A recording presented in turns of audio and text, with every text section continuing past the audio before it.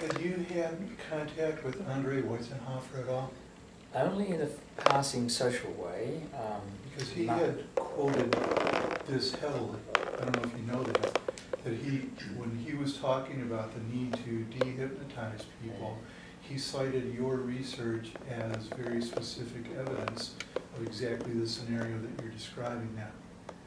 Yes, well, I label the phenomenon in a monograph I published in the Journal of Abnormal called Countering Preconceptions of Hypnosis, where I establish a preconception, and most people take a lifting of that as, I now no longer need to do it. He didn't. He kept on doing it.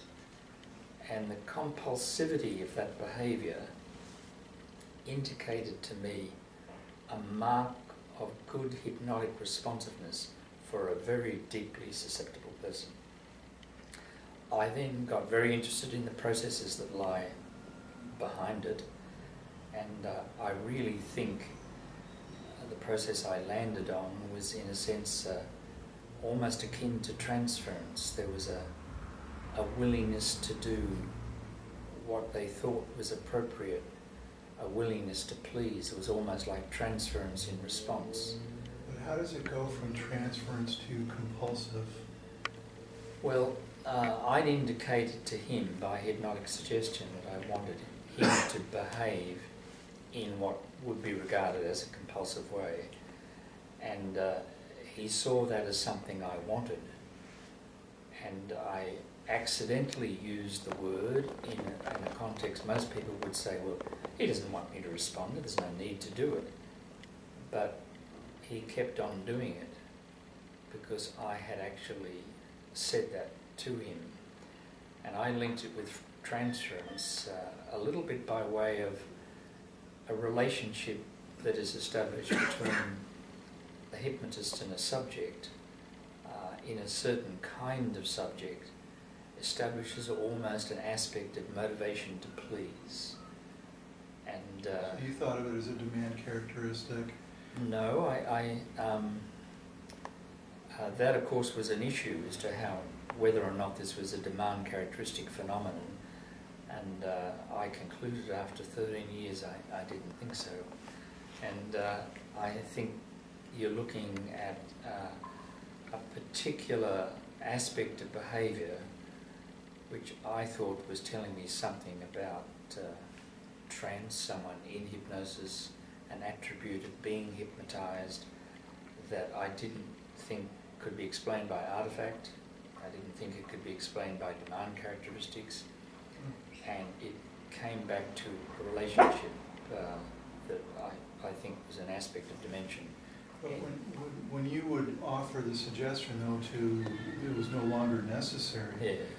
Why wouldn't the same transference apply to curtailing the response when that's what you're asking for and wants to please you?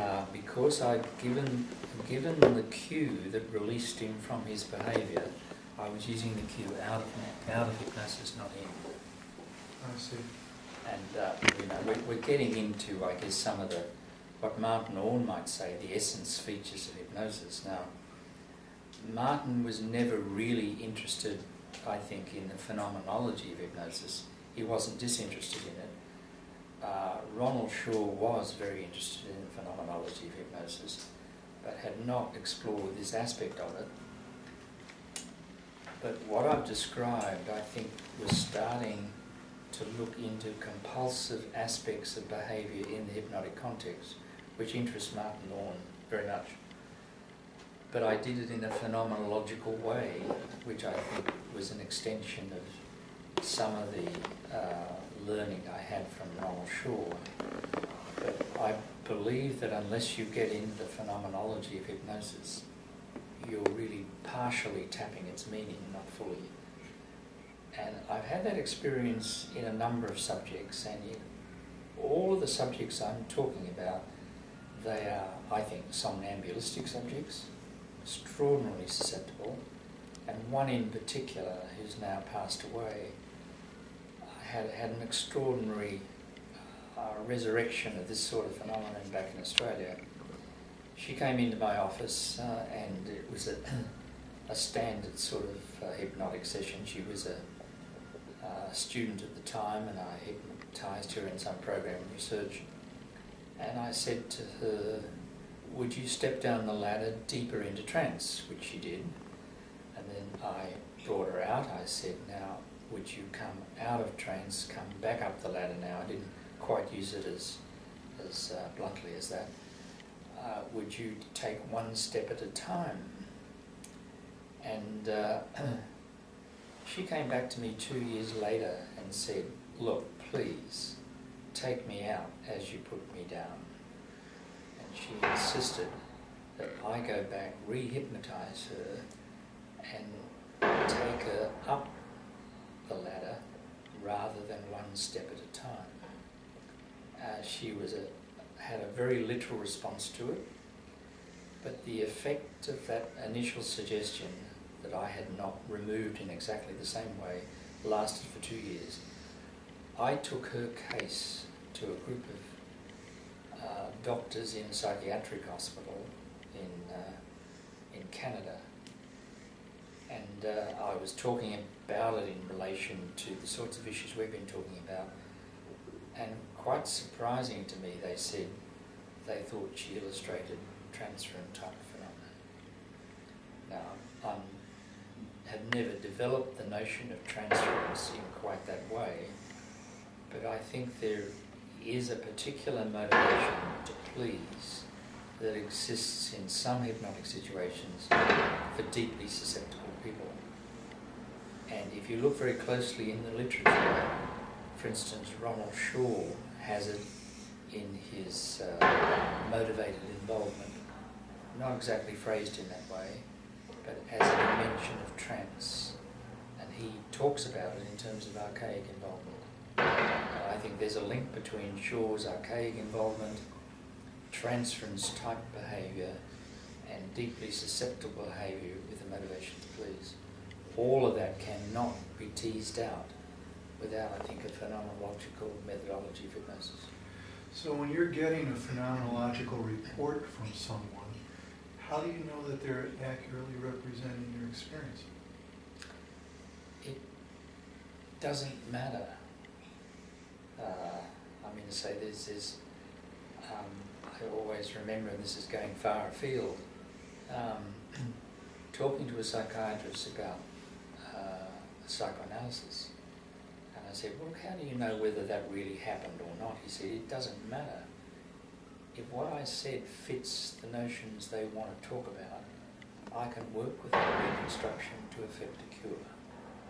And it doesn't matter what's real, it doesn't matter what's not. Now, many people would find that a very controversial statement to make and would disagree with it.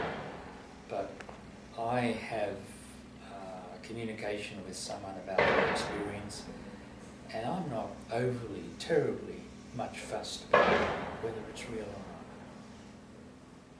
not.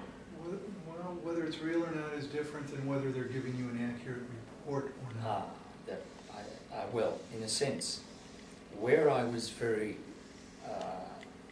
preoccupied with the accuracy of an image duplicating perception, a hypnotic report, I was never preoccupied whether or not that was accurate or not. It was an experience the subject had. I'm more interested in the veracity of that experience in terms of their conviction. I'm more interested in... But there's no way to evaluate that, is there? Later on, my research drifted to forensic situations. And the veracity in the forensic situations, I think, can only be determined through independent cooperation. But I wasn't the slightest bit interested in independently cooperating or corroborating whether or not with his psychiatrist his hand actually touched his phone.